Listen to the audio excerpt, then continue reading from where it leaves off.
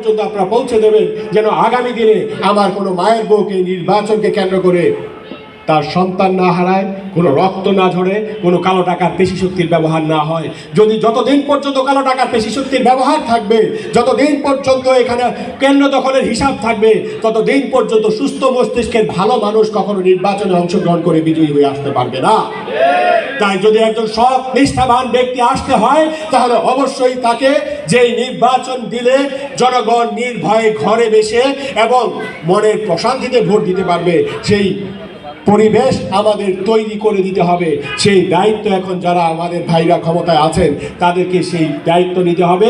তাই সবাইকে উদাত্ত আহ্বান জানাবো, আগামী দিনে যে নির্বাচন হবে সেই নির্বাচনের জন্য সংস্কার পরিপূর্ণভাবে হয় এবং একই সাথে অর্থনীতির মুক্তির লক্ষ্যে আমি আবারও বলছি, ডক্টর সায়েম আলী ফয়সাল বারবার বিভিন্নভাবে সতর্ক করেছেন। কারণ জানেন মূল্যস্ফীতি এই পর্যায়ে আমরা জানি, অনেকে হয়তো মূল্যস্ফীতি বুঝতে পারি না, 40% ইন্টারন্যাশনাল মার্কেটের সাথে আমাদের বর্তমান ডলারের যে কারেন্সি আমরা দেখতে পাই 40% মুদ্রার পতন হয়েছে।